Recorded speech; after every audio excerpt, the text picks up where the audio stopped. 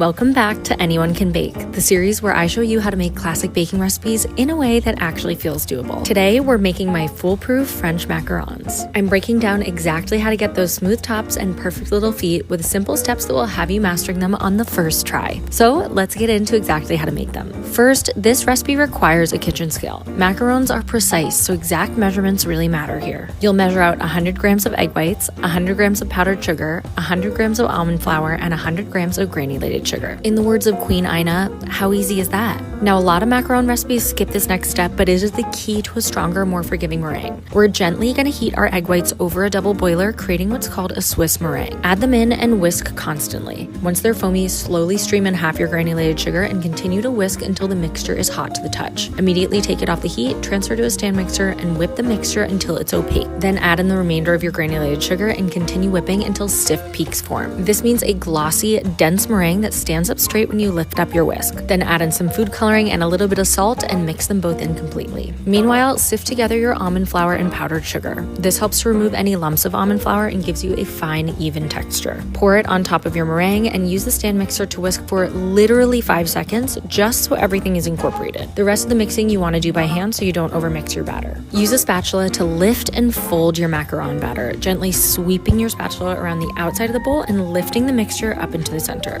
Keep doing this until you're able to lift the batter up and form a few figure eights like this. This is the perfect visual cue that you've mixed your batter enough, and it should take a few minutes to achieve. Then place your batter into a piping bag and pipe out some circles onto a parchment-lined baking tray. I use these printouts I find on Google like a stencil under my parchment paper to get even sizes.